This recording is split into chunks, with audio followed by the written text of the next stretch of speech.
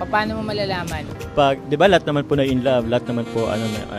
Pero siguro malalaman ko kung siya na, kung kahit sa problema po, yung kahit na lagi kayo nag-aaway, pero still andyan pa rin kayo sa isa't isa.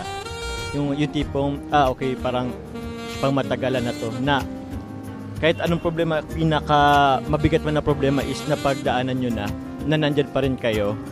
Yun, siguro yun yung parang sa tingin ko ay pang habang buhay na. Parang ganun po.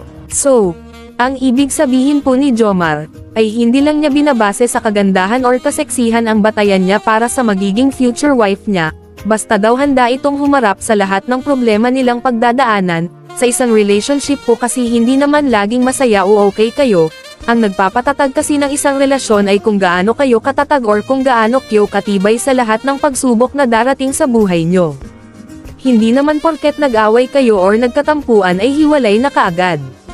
Minsan po kasi may mga problema na hindi mo inaasahan at dumarating kahit okay kayo ay sinusubukan talaga kayo ng tadhana kung gaano nyo nga kamahal ang isa't isa, kaya nga po sa araw ng kasal sinasabihan kayo ng pari na, sa hirap at ginhawa ay magkasama kayo, hindi lang po yan na kanin na pag sinubo mo at napasok kayo bigla ay iluluwa mo. Napakasagrado ang kasal, hindi po yun basta ginawa, kasi pagkasal na kayo napakadaming sakripisyo sa buhay ang mararanasan mo. Kaya nga po tama si Papa Jomar, bago siya magpakasal sa isang babaeng minamahal niya ay kailangan matatag na muna ang relasyon nila bago sila humantong sa kasalan. Kaya tandaan mo yan, Carla.